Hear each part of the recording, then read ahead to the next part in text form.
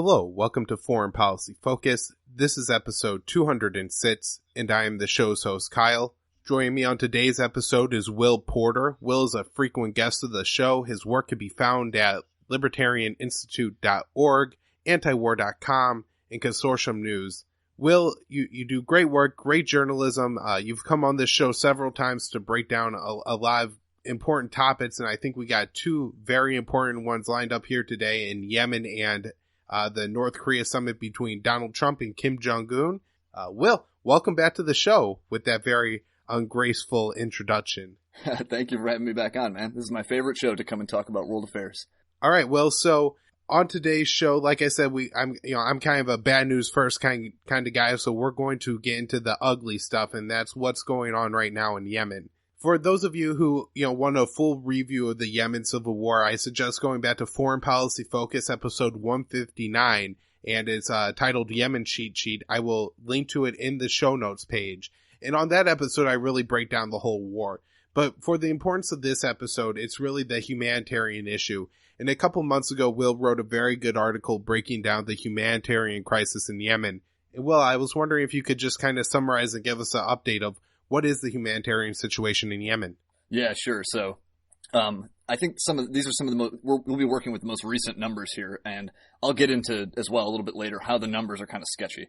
So, just to start, tens, if not hundreds of thousands of people have been killed in the fighting in Yemen alone, just in the bombing and in the, the combat.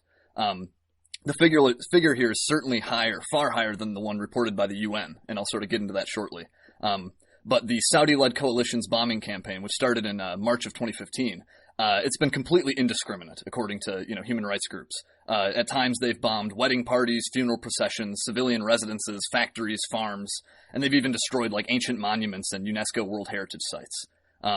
Of Yemen's, I think it's 27 or 29 million people, their whole population. 22 million of those, including 11 million children, are in need of some kind of humanitarian assistance. 17 million people are food insecure there, which means they don't really know where their next meal is going to come from. 8 million people are completely dependent on food aid. They're considered by the UN to be a step away from famine. 15 million are without access to clean water, 16 million without access to health care, at least 2 million displaced. And to sort of, top it all off, there's been an epidemic of disease. There's been a cholera epidemic that may have affected up to as many as 1 million people, as well as other diseases like diphtheria, which is a pretty debilitating sickness. Fuel prices in the country, which makes it very hard to travel, have increased by something like 200% in certain areas, and roads and bridges and stuff have been bombed and destroyed. And so this makes it extremely difficult for anybody who in areas where there are hospitals remaining, it makes it very hard for them to get there. However, now to the issue with the numbers, and sort of like just to sort of throw all those numbers into question. And this is kind of what my article is primarily about for the Libertarian Institute, called Yemen's Silent Numbers. And it's because of well over half of Yemen's hospitals have been destroyed by the coalition or decommissioned. Nobody really has any idea of how many people have been killed or injured or are diseased. Rough estimates can be made, and that's sort of what I just gave you as a rundown of all the most recent rough estimates. But all this casualty data and injury data and disease data comes from healthcare facilities in Yemen. And so if those facilities are destroyed or put out of commission, those numbers just aren't tallied. And so the figure put out by the UN's Office for the High Commissioner for Human Rights has barely moved in years, despite relentless daily indiscriminate bombing by the coalition. And so the OHCHR, the UN's office, still claims that only 15,000 civilian casualties, which breaks down to like 6,000 killed and 9,000 injured, which is preposterously absurdly low, given how long the conflict has been going. And that, like I said, that number hasn't budged in a long time. I think go on. Very quickly, I just want to point out that this number is regularly cited by, the mainstream media sources, New York Times, Washington Post. I just saw it in The Guardian yesterday as the official number of dead people from the conflict in Yemen. Right, exactly. And it's extremely unreliable. I talked to human rights people who they all confirmed to me that, like, no, we really can't reliably, accurately tally these numbers. Now, I talked to a reporter in the capital city of Yemen, Nasser Arabi, who told me that the true figure of casualties may be between 50 and 70,000. And that's just based on sort of his observations and his reporting and talking to local, aid groups on the ground. And so, bottom line is the UN is simply unable to carry out casualty counting in this conflict. We basically have to wait until like the war is over and there can be like census data that can be collected to determine the total casualties and excess death rate and all that. But what we do know is that the humanitarian crisis is dire based on just the estimates we have. And one of the things I want to point out is the U.S. role in all of this. The United States, during the Yemen civil war, has taken the side of the Saudi-led coalition and provided hundreds of millions of dollars of weapons to their coalition that they have used to attack civilian targets in Yemen.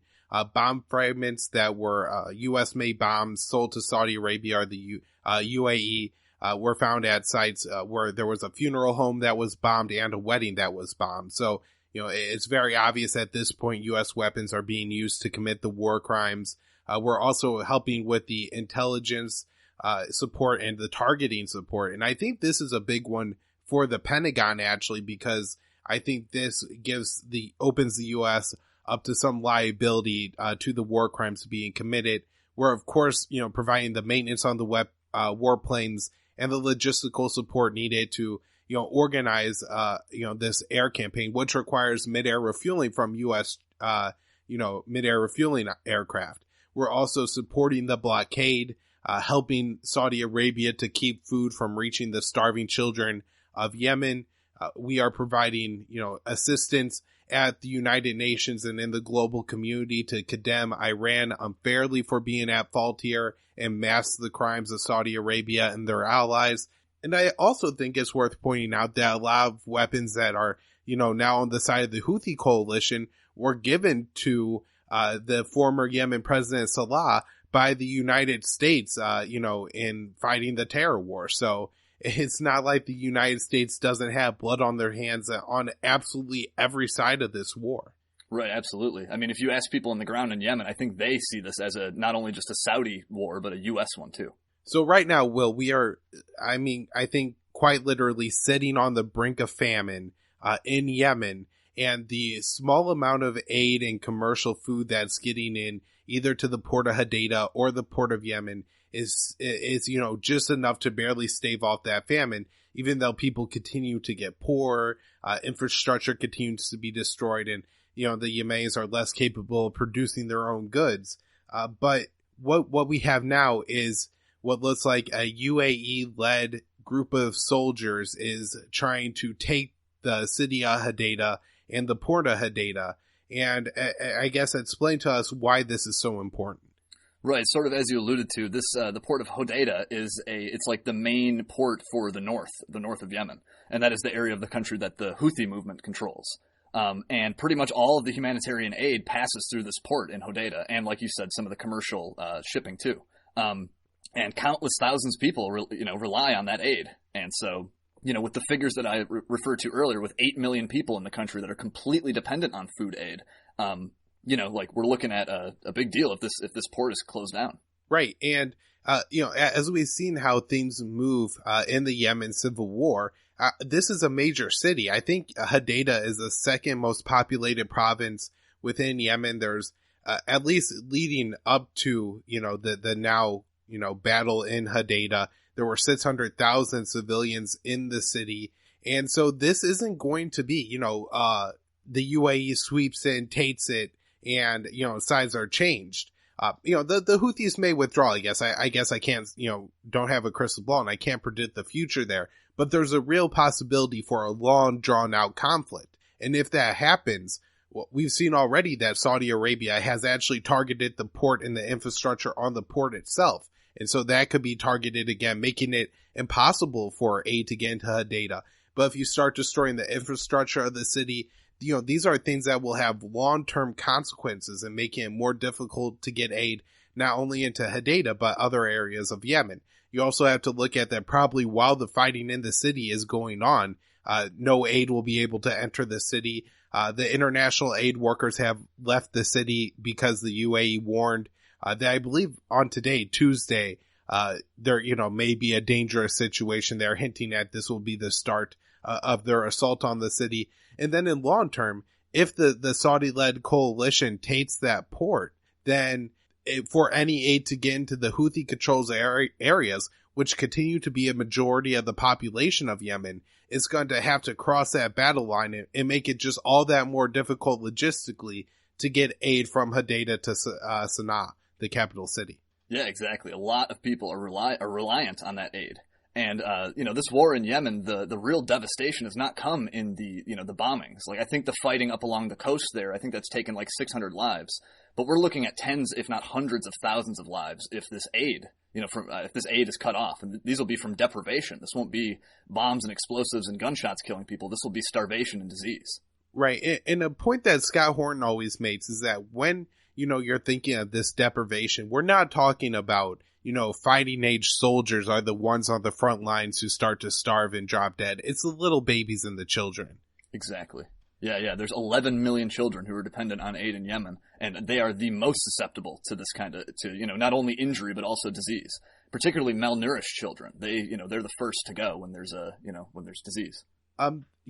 So we're starting to have people, I don't know, Will, if you got a chance to read that Moon of Alabama article I sent over to you this morning. Yeah, I did. But yeah, so in that article, Moon of Alabama says, what we're looking at here is a genocide. Do you agree with that term, and why if so?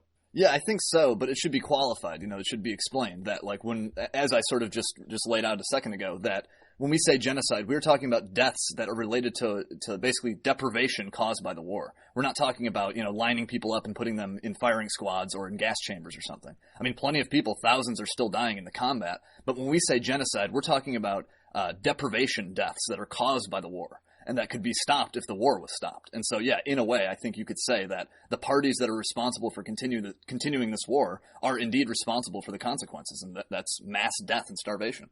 Right. And really with knowing that the people of Yemen, especially in this region of Yemen, don't have the ability to produce their own food, and knowing that if you cut off the aid gain into and through the Port of Hodeida, they're not going to have any food, then you're really looking at just blanketly starving an entire population to death.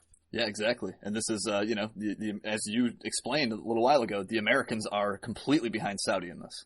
Right. And I guess it would be a little bit easier to understand maybe if we compare it to a situation in Gaza, like the Israelis just said, no more food is gained into Gaza, and then people start, to drop dead, then yeah, they would just be committing genocide against 2 million people. Right. Although in the case of Israel and Palestine, I'm not so sure that we would hear, the kind of objections that we would like to, just because of the past coverage of that issue. Right. All right. So, Will, where we're standing here right now with the situation, what do you think, what is the international aid group's warning about if an attack takes place here? Yeah, I mean, this is going to lead to potentially mass death, just because the aid will be cut off. And I think a lot of this is going to depend on, what the Houthis do, if they're going to resist and how strongly they're going to resist. Are they going to withdraw?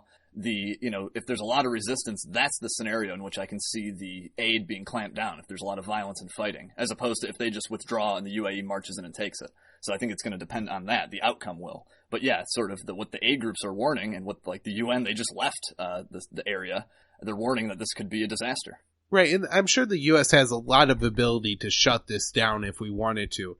The U.S. has, I think, said to the UAE, well, we really don't want you to continue with this, but we're not going to do anything to stop you. And so it looks like that, this is going to happen. Of course, it's been warned a few times, but the UAE Ba'ath factions, as Will said, have made their way up the west coast of Yemen and are now within striking distance, I think, about 6 miles of the city. Yes, they're very close. And again, like you said, today I think is the day they were expected to do something. And perhaps even under the cover of like the North Korea news and stuff. Although I'm not sure if anything's occurred yet. Well, I mean, this is why I kind of want to talk about how we transition here. And this is the good news, which is North Korea. So do you have anything to wrap up with on Yemen before we move on? Not really. Just sort of like, I guess, watch the Hodeida thing, because that could trigger a massive crisis in the country.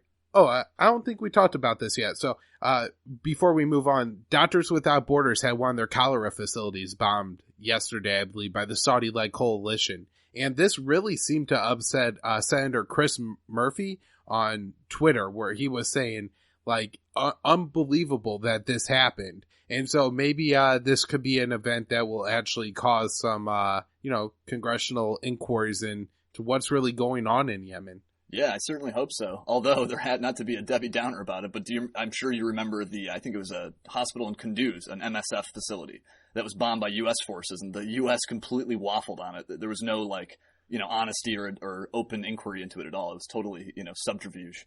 But right, they just changed the story over and over again until people got so confused it got dropped. Right, yeah. Our Afghan guys made a mistake, and there was a Pakistani spy, and there's all this stuff. However, in the Yemen case, this is not the first time. If you're a follower on Twitter of many aid groups and people who run aid groups, it's very interesting how often you can see them tweeting like, "Hey, Saudi, stop bombing us. We gave you our coordinates." So this happens all the time. Right, and that's the other important thing. It's not like Saudi Arabia doesn't know that this is a Yemeni hospital. You know what I mean? Yeah. The aid groups give these coordinates and they say, "Hey, this is our building right here. Don't bomb it." And also these groups do work with, the different governments. And so, if there was somebody there that was really that high valued of a target, I can't imagine that, there wouldn't have, been some way, either to wait until he left or, to get the Doctors Without Borders people to try to remove him or something like that. Right. Some process that comes before, okay, bomb the hospital and kill everyone and, make it so people don't have access to healthcare. That seems like an extreme response. Right, and this is a cholera treatment facility at a time in Yemen where, cholera is, I think, once again a threat during the rainy season. So these facilities are very important. But let's move on to the North Korean talks. Sure. I know, me and Will have been talking and kind of having a conversation. There are different messengers about, what the writing and the coverage of the summit was leading up to the summit and kind of the day of the summit. So, Will, before we get into the actual events, let's talk a little bit about the media coverage. What did you think of it? Yeah, sure. So, I think we both noticed that there's been a lot of sort of naysaying and negativity surrounding this North Korea summit and the whole North Korea issue. Now, on some level, I think this is okay. It's okay to be sort of skeptical, considering the things that happened just a year ago or so with all the fire and fury and all that, rhetoric. So to be skeptical about that peace is right around the corner, okay, that's fine. It's good to keep your optimism in check and be realistic. But a lot of the media response goes beyond that, though. It just seems to be rejection of this whole thing for the sake of rejecting Donald Trump as a person. And so, if it were a different president in power, if it had been Barack Obama, they'd be okay with it. Which to me just shows that, they're not serious. This is just a personality issue. Now, one thing I noticed, one particular little incident that I found kind of funny, was pundits on CNN, they took great offense when Donald Trump referred to the military drills that the U.S. does with South Korea, that he called them war games and called them provocative. And the pundits on CNN were just offended. They couldn't believe that he's, questioning our war games and calling them war games. Well, they are provocative. Those war games, the North Koreans have been complaining about that for years because it's basically practice to invade their country. And so the fact that the people in the media just can't see that side of things is kind of telling. It kind of, illustrates how complicit they are.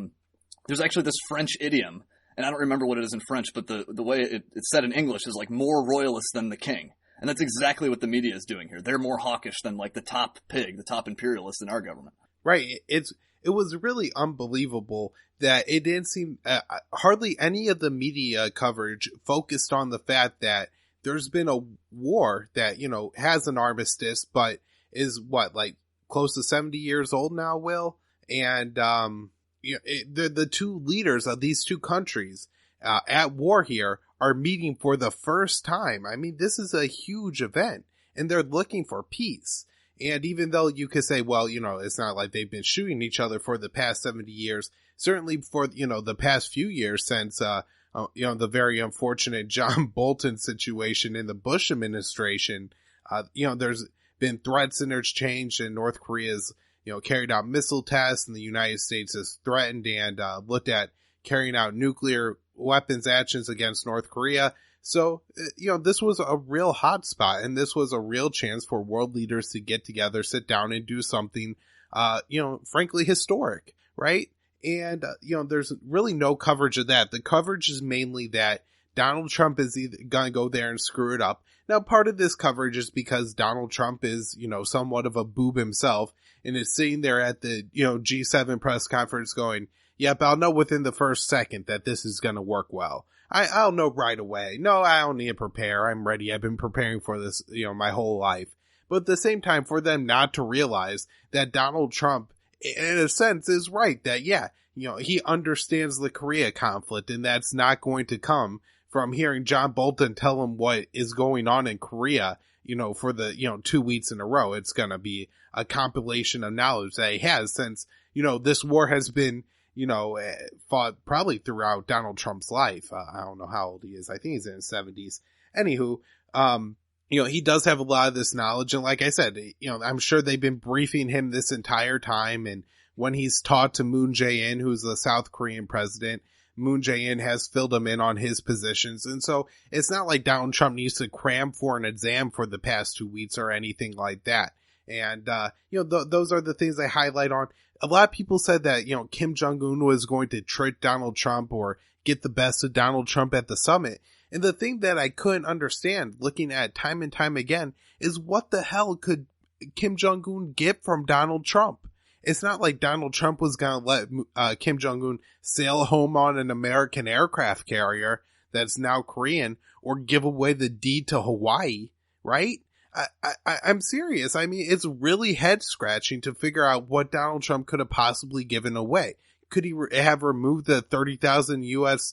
troops from, South Korea, without consulting the, South Koreans and, without having North Korea make any concessions? I mean, first of all, that was ridiculous. Donald Trump said it wasn't going to happen. We knew it wasn't. But even then, it's not like that's all that unpopular of a position to take within South Korea itself.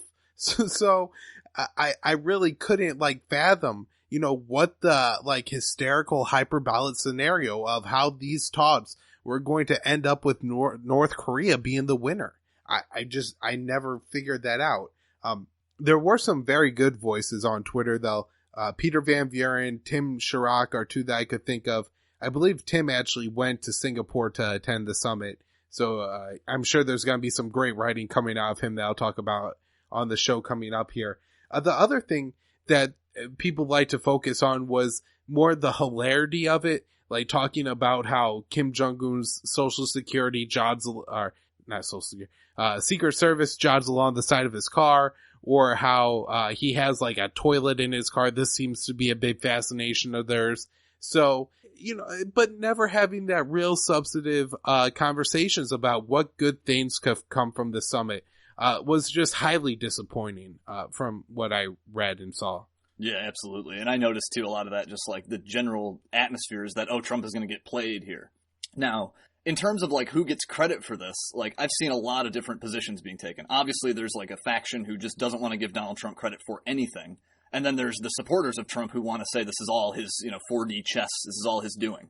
But I think there's the truth is somewhere between that. Obviously, the South Koreans have had a huge hand in this. There's an anti-war movement in the South, and there is a new president in the South who I think should, deserves a lot of credit on this, because the prior South Korean president was not quite as dovish and as willing, amicable to peace. However, Donald Trump is sort of, I think, a necessary but insufficient element of this. If he stood in the way, if he wanted to stymie this thing and screw it up, he could. And so the fact that he's not, I think, deserves some praise. And so, we are the type to give credit where it's due. Neither of us liked Barack Obama very much. I know I certainly didn't, but I still applauded him when I think he did the right thing on the Iran deal, for example.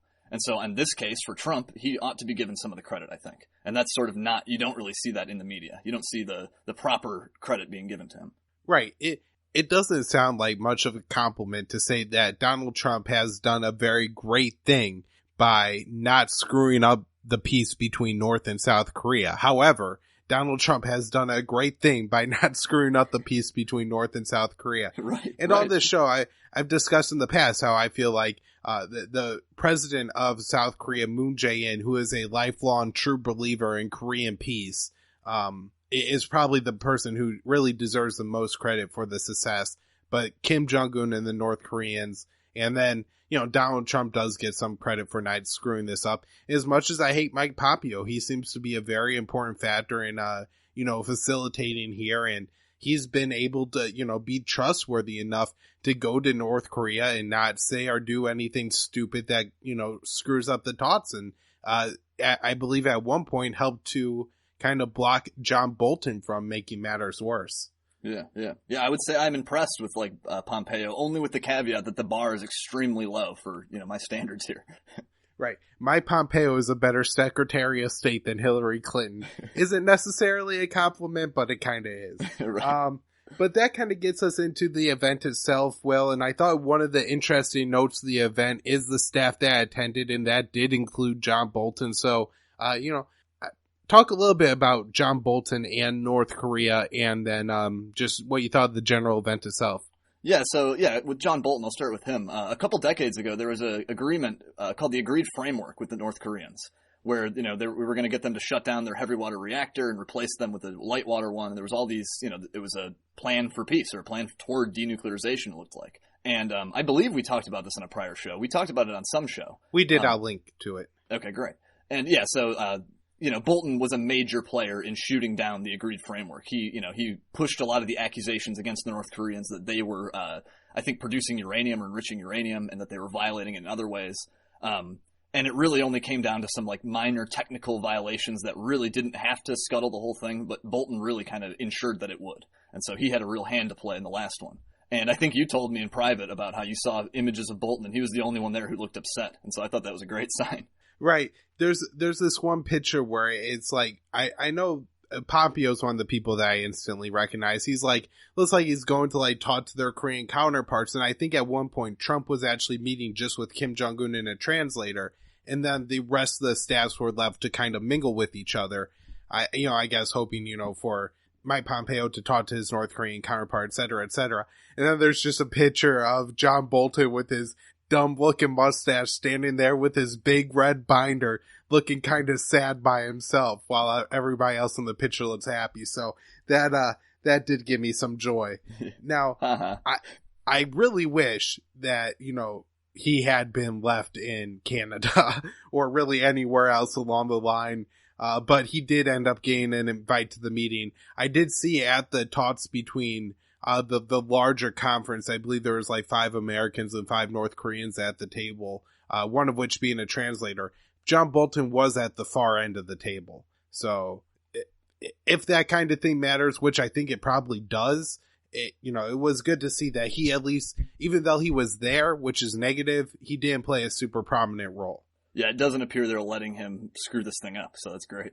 Now, one of the main critiques of the event itself by the people who are naysayers to the talks, and this is one of their more thought out arguments, is much as I don't really buy into it, and that is them saying that by giving Kim Jong-un the event, Donald Trump is giving him legitimacy, and this is a propaganda stunt by North Korea and helps Kim Jong-un.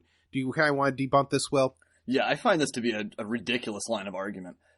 First of all, if this is giving North Korea legitimacy or the regime legitimacy, and if the prior policy wasn't, well, it seems like this works. It seems like this one's actually, we don't have a deal yet. This isn't over yet, but it seems like this is a hell of a lot more promising than the prior policy of denying them legitimacy. Now, the North Korean regime is one of the most repressive and reviled regimes on planet Earth. They don't have legitimacy. Nobody thinks they're legitimate. But yet, nonetheless, they've managed to survive up until this point. So I don't think they survive on legitimacy. Legitimacy is not their lifeblood. And so that the whole premise of the criticism is wrong in the first place, but also the content of it, like the actual argument that this gives legitimacy. I don't think it does. If you're concerned with the repressiveness and the authoritarianism of the North Korean regime, the only way to reverse that, I think, is to bring them into the fold and to reduce sanctions and help them liberalize. Not to keep them out in the cold and keep them isolated, which has obviously fed and fostered their crazy ideology. It's a lot easier to stay an authoritarian dictatorship when you're isolated from the rest of the world, as opposed to, if you have these incentives, these carrots of, hey, we might actually get some trade with Europe or Asia if we, stop being so authoritarian. This is the way out from the cold. This is the way toward liberalization, not, continued hostility. And so this entire criticism is completely absurd. Yeah, one of the things that I never understood was if the lifeblood of the North Korean regime was really that North Korean leaders are able to sit down and meet with important people like Donald Trump or Dennis Rodman or, whoever the hell else, can't they just either hire an impersonator or, Photoshop and edit up some footage to make it look like Donald Trump sat down with Kim Jong-un or Angela Merkel or whoever else? You know what I mean? It can't be that hard to do in such a tightly oppressed society. You know what I mean? It's not like people are logging onto the internet and reading the North Korean version of InfoWars saying that, oh, Kim Jong-un really didn't meet with Donald Trump. It was all a fraud and a fake. I'm sure this propaganda would be pretty easy to put out if they did so. I also thought it was interesting just because I read a couple people that made the point that one of the reasons that North Korean leaders historically haven't left North Korea is because of, it being risky. I mean, if one of the leaders was going to get kidnapped by the other here, it certainly wasn't going to be Donald Trump getting kidnapped by Kim Jong-un. And I'm sure his security team was a lot more concerned and nervous about, somebody either poisoning, taking a shot at, or trying to take Kim Jong-un. But also, I'm sure having the type of government that North Korea does, if you leave the country, it might not be yours when you come back. Somebody may have moved into your house. I mean, this has been a real problem for, world leaders in some countries in the past. And so I think it's worth noting that I'm sure there were some inherent risks involved for Kim Jong-un. And as far as taking the summit goes on that perspective, it was probably more dangerous for the North Koreans. Now, the other thing here people like to point out, Will, is how poorly Kim Jong-un treats his own people. And it's maybe wrong for us libertarians to advocate that Donald Trump talked to some, dirty commie who has gulags and prison camps. Right. I mean, well, for the libertarians out there, I would just ask, how does talking with the North Korean regime violate the non-aggression principle? Explain that to me. And does it actually, if it doesn't violate the NAP, then does it actually facilitate potentially less violations of the NAP through, as I described, liberalization of the regime? Just for our libertarian inside baseball, if you care about these principles, well, think it through. I don't think this does actually, violate our principles at all. Right. And so I kind of have two counter arguments here. The first I always make is the United States definitely needs to look inward before we start condemning what the North Koreans are doing. But people say, yeah, but they have slave camps. And it's like, well, there are people in American prisons who are there for nonviolent or, somewhat political offenses. And they are forced to work at, very low wages. And, they say, well, the prisons can't force them to work. But then if you don't work, you get put in solitary confinement in some of these prisons. This is a well-known story that's been exposed by several journalists. And so, these kind of things do go on in the United States. If you remember, Peter Schiff's father, Erwin Schiff, was actually imprisoned for publishing a book. It's not like, these crimes are unique to North Korea. And as far as it goes, I mean, Guantanamo Bay is still open. We tortured people there. Look what happened in the Iraq War. We kidnapped and tortured people there. The millions of people that died from U.S. wars and intervention in the Middle East, for the past couple decades. North Korea really, Kim Jong-un isn't responsible for nearly as much death and human suffering as, let's say, George Bush, Dick Cheney, or Barack Obama even. Without a doubt. Yeah, without a doubt. Now, the other point I got, and somebody really thought they had me, well, they said, but you always say that it's really bad that the United States has these relationships with dictators like Saudi Arabia and, our relationship with Israel. And just to clarify, my criticism there isn't that we don't have a hostile policy towards Saudi Arabia. I am not advocating for regime change in Saudi Arabia, even though I think that Mohammed bin Salman is a horrid person. My problem with the U.S. relationship with Saudi Arabia is that we're selling them hundreds of millions of dollars of weapons and helping them fight their wars against, the suffering people of their own country and other countries of the Middle East. Right, no doubt. I think the a perfect analogy here is look, with Saudi Arabia, what we're opposed to is helping them commit genocide in Yemen. We're opposed to selling them weapons to oppress their own people. However, I would be in favor of Donald Trump going and talking to Mohammed bin Salman and encouraging his plan to liberalize and let women drive and stuff, because that leads to less oppression. I don't know, and it doesn't violate our principles. So I think that's sort of the equivalent here is you can have cordial relations with bad people. It's just don't facilitate their crimes. Try to pull them away from their crimes. And that I see is sort of if anything, that's what the North Korean summit is. It's what is really happening here? It's not like Trump is joining a firing squad in North Korea and participating, helping, to execute a prisoner or something. If anything, he's calling North Korea, he's calling upon them to, come out of the cold, stop being like this, stop behaving like this, liberalize. That's sort of even if he doesn't say those words exactly, that's sort of the general idea is that we want to end the situation, this ongoing repression. And so, yeah, I think that's a preposterous kind of objection that, you say don't sell weapons to Saudi Arabia or Israel, so therefore we can't negotiate with North Koreans about anything. That's, a non sequitur. Okay, so those are the fake results of the summit. Some of the real results, Will, I want to get your thoughts on probably the one that surprised people the most, because it really wasn't anything that anybody talked about being on the table before the summit, and that's North Korea has, I guess, agreed to send back bodies of U.S. soldiers or POWs from the Korean War. Yeah, exactly. I thought that was a great little development. And I think there was even a little provision in the letter that was signed. I think it said something about like people who are alive right now, like foreign nationals who who are currently in prison. So like not only the bodies of soldiers and stuff, but like also current prisoners. I could be mistaken about that part. But yeah, that's right. I think there are a good number of Japanese prisoners in North Korea. Yeah, and I think maybe even South Koreans too. But I thought one of the good things about that one was just it's very tangible and very achievable. It costs the North Korean government nothing really, other than maybe some fuel and to hire some excavation crews to go and dig up these bodies. And it's going to be something that they could physically send the Americans, and then Donald Trump could have a whole lot of ceremony with the either, widows or children or grandchildren of the veterans that he will say so honorably died in the first or in the Korean War. And so, I think this is a real opportunity to create some, positives for the United States as far as the summit goes. Yeah, you know what? I think you're totally right about this. Like, it's easy to sort of sort out. It's very visible. It's a very good like photo op kind of thing, and it's not very technical. It's not like technical denuclearization stuff that might bore the public. It's like teary-eyed reunions and stuff like that. Like that's good to get people into this, get people excited about this. So yeah, it's a great first step. Right, and I'm sure MSNBC and Matt Spoot will run a story that says North Korea has only returned 25% of the U.S. bodies. Yeah. But everybody else is going to have seen the, actual footage and realize that, yeah, that war was 70 years ago, so they probably can't find all the bodies, and some of them are probably just lost to time.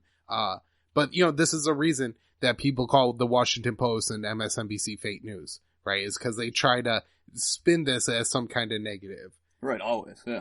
Will you reference the actual note or document that was signed at the summit? So do you want to talk about that a little bit? Yeah, sure. I think they were calling it like a letter or something. It's not really like a treaty. It's not anything like, it's just a letter apparently, but it still signifies intent. And so I think it's promising for that reason. Now just to basically summarize it, I think there were 4 major points that were hammered out that sort of were tentative. 4 things were tentatively agreed to. And so the first thing is establish new relations. So it's sort of like, start a clean slate. What they call build stable peace. And so I think that's going to have to do with like military exercises and things like that.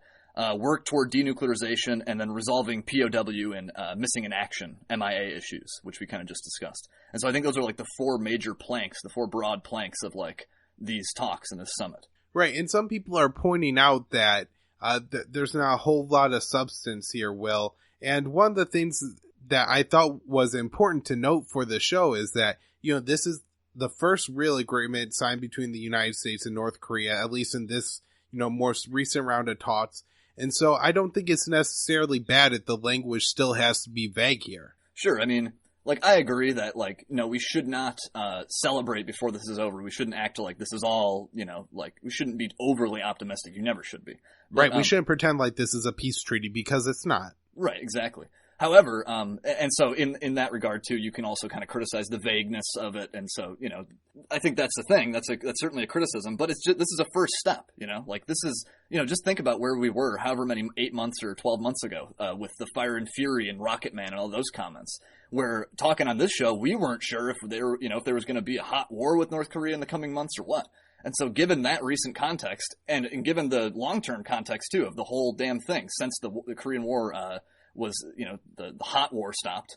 I don't know. This is a great development in that context, both in the short term and the long term context. Like, I don't see how you can spin it as any other way. No, it's not super specific yet, but that's why there's going to be, continued talks and stuff. It's a good basis for continued interactions, though, I think. Right, and the reason you were talking about that is because John Bolton, who later became National Security Advisor, was writing op-eds saying that the United States has the legal authority to carry out a first strike against North Korea. Yeah, exactly. And so, this was going to be something that I'm sure John Bolton has advised the president, that you can do it if you want to, because that's obviously his belief. Right. Yeah. I mean, sometimes like being anti-war people, we know that people are hawkish and we're kind of cynical. We just assume they're in favor of something, but not with John Bolton, man. He tells you exactly what he believes. He writes it right in an op-ed in like giant newspapers. And so we don't have to assume or guess anything about what he believes about North Korea. John Bolton wants regime change there. Right. And I think one of the other things to just point out is probably why the document is vague is because the Americans don't have a whole lot of knowledge of the North Korean nuclear weapons program. I don't even think they know how many nukes that the North Koreans still have. I mean, maybe that information was actually exchanged at this summit or in the talks leading up to the summit, but it's not public information. I mean, people estimate that they have, I think, between like 20 and 60. The most common estimate I see is like 45. But they don't even know if some of those are hydrogen bombs, how big they are. So I think it would be very difficult to have any specific language or English to North Korean into North Korean. And so, the fact that these details are, super specific yet isn't super concerning to me. As you said, we had to, still restrain our excitement and our optimism, but, we're in the early phases and developments here. And that does seem to be something that Donald Trump understands. A point I made on this show a while ago was that, when John Bolton said that he wanted Libyan-style denuclearization, I was pointing out that logistically that wasn't going to work. What, you're going to pit 30 North Korean nuclear weapons on a U.S. aircraft carrier? I think there may be some admirals that are not too happy with that. You're going to move those 30 North Korean nuclear warheads to the middle of Tennessee? I think there's some people that are going to be yelling and screaming, "Not in my backyard." Right? Yeah. All that, I think all that's worth pointing out, but Donald Trump seemed to know this and discussed this at his press conference. He also referenced, I guess he has an uncle who was a, MIT professor who was an expert in nuclear weapons and said, I had many conversations with him, so I know nuclear weapons, which I'm sure is just going to drive the, mad spook types absolutely insane. Right. Wait for like a PolitiFact, fact check of that. Like, did he really have an MIT uncle or guaranteed. Yeah, how many conversations did Donald Trump actually have with that uncle? Right, he claims 4, but we have sources that suggest otherwise. All right, so the one of the biggest developments from the actual press conference afterwards, and Trump gave like an hour-long press conference, was he said the United States is ending the war games in South Korea. They're not going to carry out anymore. So what did you think of this development, Will? Yeah, this is excellent. This is something that the North Koreans have been citing for years as being like a big impediment to peace. Is like, stop, holding drills, stop practicing the invasion of our country, which is effectively what those war games are. And as I referred to earlier, the CNN pundits were so offended that Trump referred to these as war games and not as military drills, and that he called them provocative. But that's exactly what they are. That's exactly how the North Koreans see it. And so in terms of if we're negotiating, that's exactly the kind of thing you'd hope that we would negotiate away. That to me says that, maybe we are serious about this. Yeah, and I think this is something that's been shown time and time again to be very important to the North Koreans. And so I think it shows that Trump is, as much as he blusters and says, I'm going to make the greatest deal ever, and Kim Jong-un's coming to me on his knees and will give me whatever I want, he's actually here making what seems to be a concession, because I'm sure the war state, and, it would be politically expedient for him just to continue the status quo with the war games. Yeah, sure. With with his own base, I can't imagine that a lot of people in his own base are going to like that. Like, I've seen a lot of support of Trump for the North Korean summit, but I can just imagine a lot of Trump supporters going, oh, what? We're giving in to them and stopping our exercises. And so this is potentially risky for him, but it's ultimately a good thing, a good development. And so he's go ahead. Spinning it. He's spinning it a little bit, saying that we're going to make, save some money here too. Right, I guess that's just, I just want to point that out because I think that's something that'd be important to his base. Absolutely. That is an angle that he's trying to sell this to. He's trying to make it as a cost, money-saving thing. All right. The next development to come out in that press conference is Donald Trump said North Korea will close down their missile engine testing site. And so this seemed to be, again, another positive development, yet one that wasn't outlined in the actual document. that was signed at this, conference. Right, and this is summit. Right. This is sort of like a symbolic little gesture toward denuclearization. Edit that out. In May, there was journalists were invited to North Korea to witness the demolition of another nuclear testing site. And if you saw the media response to that too, it was similarly negative. But it was yet another good sign, But like the media was questioning, like, did they destroy all of the tunnels, or did even though clearly they did destroy some of them. And so this is like a symbolic little gesture from the North Koreans. The same thing with this offer to destroy this other facility. And I think it's ultimately a great, step forward. But of course, the media doesn't really see it that way. They're often, poo-pooing it. Right. Because Donald Trump talked about in the press conference specifically that he told Kim Jong-un that we knew about the site because of infrared and heat signatures, I guess that showed it, and kind of indicated that Kim Jong-un didn't know that the Americans knew about the site. And so I am making an official prediction right now that I see a whole lot of mainstream media stories saying, did Donald Trump give Kim Jong-un classified information? Right. Yeah, definitely. So one of the things that we didn't get out of the press conference, and Donald Trump said specifically so that North Korea will not receive any sanctions relief yet. I'm not too discouraged by this, Will. I really didn't expect Donald Trump to give any sanctions relief. Any concerns from you on this one? No, I mean, I agree with your take there. I think, what we've gotten here is like more than we could have hoped for, I think, based on what we knew a couple months ago. And so just getting this, I think, is good. Let's, the next step might be sanctions relief in exchange for something else, but let's not ask for too much here, And I get the feeling that, like, no matter how things go, the media is going to spin it the opposite way, So, like, if the letter was full of specifics, then they would have said, that's too specific. How are you going to make sure that all these specifics are agreed to? And if it's too vague, well, now it's too vague. And so, regardless of which way it goes, there's going to be criticism. All right. So a couple things that Trump alluded to that may happen in the future. The first is that one day U.S. troops may be withdrawn from South Korea. To me, this is a big victory. And I love the way that Trump even talked about this, saying that I want the troops to come home. And so I always think it's beneficial. Why take 30,000 young men and women away from their young and growing families? I mean, a lot of these people are in their 20s and 30s. Yeah. So they're married, they have children. This is a crucial time for them to be at home with their children, or at least working a job where they get to see their children. And, I'm sure that, the past year hasn't been easy for the families and the children, thinking that, one day Donald Trump is going to launch a preemptive nuclear strike against North Korea and they'll be the, first Americans to die. Right. Yeah. But as they are kind of just cannon fodder there for, whatever conflict that could erupt, those Americans there in the South. And then the last development that Trump said that is to come is that no date has been specified yet, but Kim Jong-un will come to the White House. And so I think this would be huge. Yeah, it would definitely be. It would be more symbolic than I think even this first meeting. Kim coming here. That is something that has not happened. I don't know ever. I don't think a North Korean leader has ever come to Washington D.C. I could be mistaken, but as far as I know, that's never happened. Yeah, I don't think so, because I don't think a North Korean leader has met with the president before. I think the closest was Bill Clinton at the Clinton administration with Albright going to Pyongyang. Right.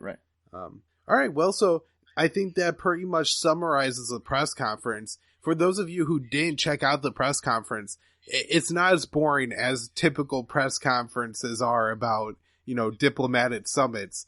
That doesn't excite many people, but Donald Trump was in rare form for this. I mean, this was like campaign level Donald Trump that actually, kind of reminded me, oh yeah, this is, everybody talks about how negative Trump is and how could people have voted for him. Well, if you watch this, he made it entertaining. He was confident. He was cocky.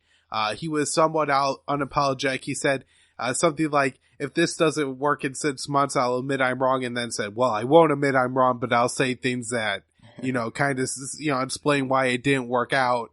And, it was just kind of this like, oh yeah, this is who this guy is. And, one of the things that I had hoped for when Donald Trump took office was, as I talked about in the last episode of the show, that he's just going to be kind of so independently on his own, and that's kind of how he like prides and bills himself, that maybe we could get some real movement on issues like Russia with the Crimean Peninsula and North Korea, because he's not going to stick to the old, kind of establishment position that, well, North Korea has to denuclearize before we talk to them.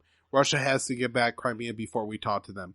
We can't favor the Palestinians. Of course, we haven't gotten there yet, but all these other things that I think, this is the Trump that you had hoped to see. Yeah, exactly. At least on this one issue, definitely. This is not the Trump I really expected, but the one that, we hoped for based on some of his rhetoric. As we just discussed in the beginning of the show, the terrible tragedy of Yemen, he still hasn't really come around on that one. But I think we have to count our victories where we have them and count good news where we have it, because we have so little of it. And on this North Korean summit, I think without a doubt, it is it's unambiguously good news. Right. And Donald Trump pointed out and obviously inflated the numbers in his press conference, but that if war were to break out here, Seoul, which is a city of 30 million people, is within range of North Korea's artillery. And we're talking about millions of people dead, likely on both sides of this conflict. And Donald Trump kind of painting himself as the savior of these 30 million lives, when I think in reality, all he did is made himself not the person that would take those lives. But again, just something worth noting and being happy about is that all these people whose lives were in jeopardy are now going to be able to be much safer because, this war isn't a pending issue. And the other thing Donald Trump talked about is that, and something that I haven't thought about before, I thought this was a really interesting point and take, was just that North Korea does separate one of the most wealthy countries in the world with one of the largest economies in the world. And that if North Korea were able to open up its borders, the amount of trade and traffic that could flow through North Korea is probably humongous.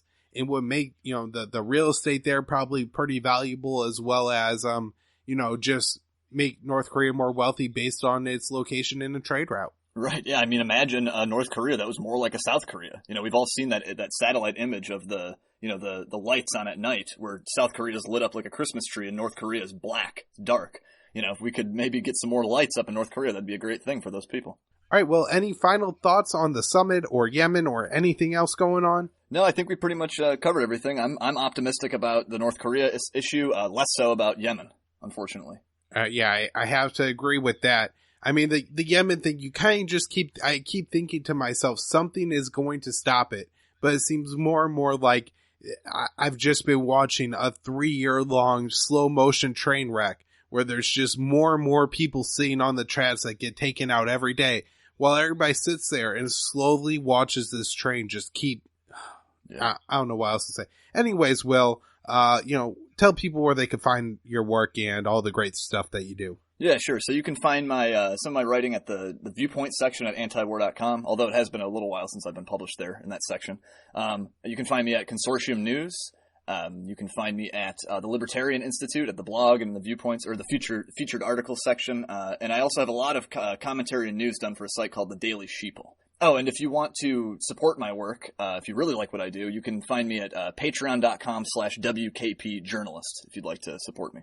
Will, thanks so much for coming on. You can find this show at foreignpolicyfocus.libsyn.com. Just like Will's work, you can find it at libertarianinstitute.org, and you can find, I think I have an author archive there still, as well as my daily news roundup is featured on that website.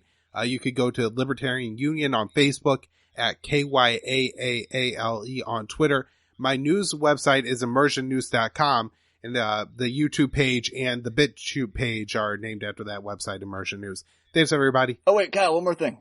Yeah. Is it okay? Okay, I just want to say that the Libertarian Institute website has had some issues, and so if you guys look at my author archive there, it might be kind of messed up, but hopefully that'll be fixed soon. All right, great. Thanks, Will. All right, thanks, Kyle.